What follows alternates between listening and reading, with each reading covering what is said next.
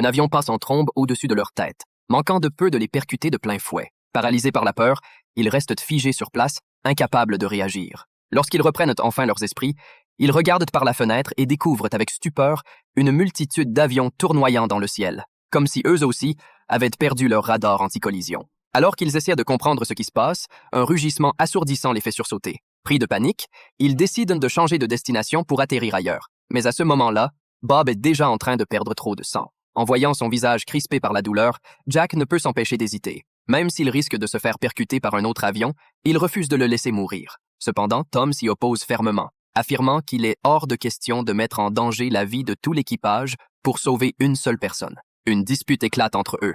C'est alors que Mary prend les choses en main.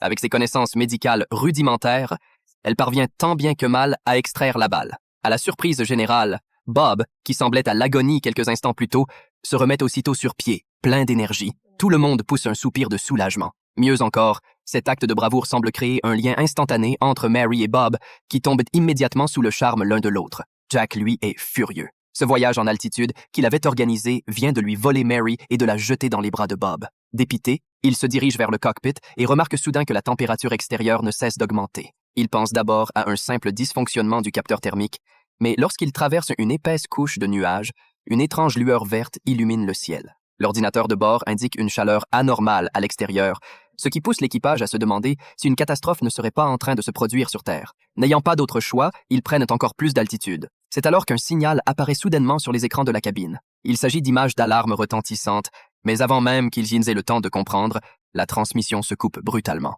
Un mauvais pressentiment s'installe. Ils doivent impérativement savoir ce qui se passe au sol. Faute de meilleures options, ils fouillent parmi les journaux à bord. C'est à ce moment-là que Mary fait une découverte glaçante.